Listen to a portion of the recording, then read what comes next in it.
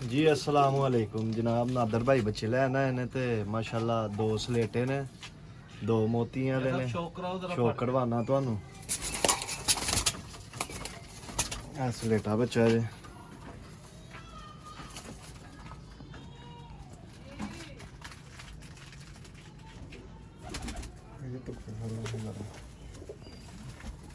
पढ़न माशाल्लाह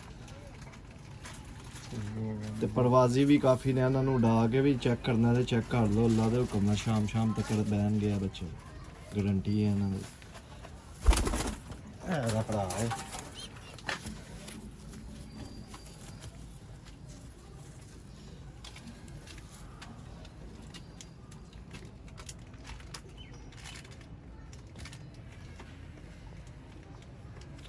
पर भी दिखाने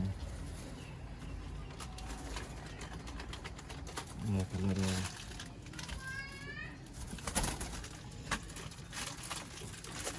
मोतियां दे माशाल्लाह।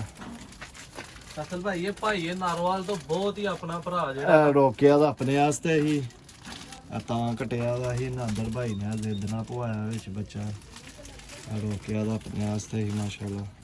तो हुण नादर भाई ने ना नहीं की। दूसरा मोतियां वाला पट्ठी वो पट्ठा पढ़ना ते भी माशाल्लाह बहुत परवाजी बच्चे ने।